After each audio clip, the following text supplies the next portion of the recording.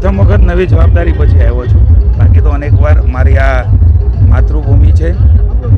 માનનીય કૃષ્ણકુમારસિંહજીના પવિત્ર ભાવનગરની ધરતી ઉપર એક પ્રજાવાત્સલ્ય રાજવીની ભૂમિ ઉપર આવતા મને ગૌરવ અનુભવ્યો છે. નવી જવાબદારી સાથે માનનીય પ્રમુખ શ્રી ભારતીય જનતા પાર્ટી કુમારભાઈ, જિલ્લા પ્રમુખ દિગુભા, માનનીય મેયરશ્રી, તમામ સંતવૃંદને તમામ લોકોએ દિવાળી હોવા છતાં પણ આજે સ્વાગત કાર્યક્રમ નારી ચોકડી ખાતે રાખ્યો છે અને ભારતીય જનતા પાર્ટીના કાર્યાલય સુધી રેલી સ્વરૂપે જવાના છે. ત્યારે હું જે કાંઈ જોઈએ ભાવનગર પશ્ચિમ મત વિસ્તારના લોકોએ મતદાર બનાવ્યો, ધારાસભ્ય બનાવ્યો, અનેક જવાબદારીઓ મંત્રીની, પ્રમુખની, યુવા મોરચાની મને એ પાર્ટી આપી છે. આજે નવી જવાબદારી માનનીય વડાપ્રધાન શ્રી નરેન્દ્રભાઈ મોદી, આપણું દેશનું એક વૈશ્વિક નેતૃત્વ, દેશનું ગૌરવ, માનનીય નડ્ડાજી રાષ્ટ્રીય અધ્યક્ષ શ્રી, માનનીય અમિતભાઈ શાહ આપણું ગૌરવ, માનનીય ગૃહમંત્રી શ્રી, માનનીય મુખ્યમંત્રી શ્રી ગુજરાત રાજ્યના ભૂપેન્દ્રભાઈ પટેલ, જગદીશભાઈ વિશ્વકર્મા અને સમગ્ર નેતૃત્વએ મને કૃષિ, ખેડૂત કલ્યાણ,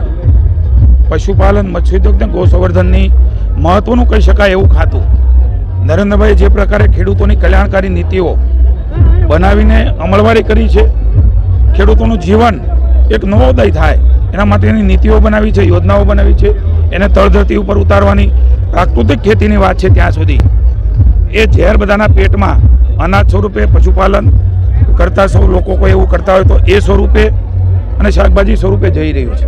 એટલે ઝીરો બજેટ ખેતી એ ગુજરાત રાજ્યમાં ગૌ આધારિત ખેતી થાય અને બધાના પેટમાં શુદ્ધ અનાજ, શાકભાજી જાય, દૂધ જાય, એના પ્રયાસો હું સખ્તાઈથી કરવાનો છું.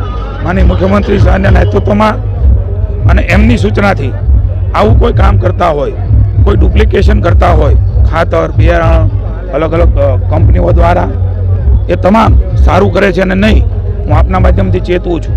એ ચેતી જજો. કાયદાના તમે જાપ્તામાં આવી જશો તો છૂટો નહીં, એવો પણ જરૂર પડે નવો કાયદો બનાવીશું.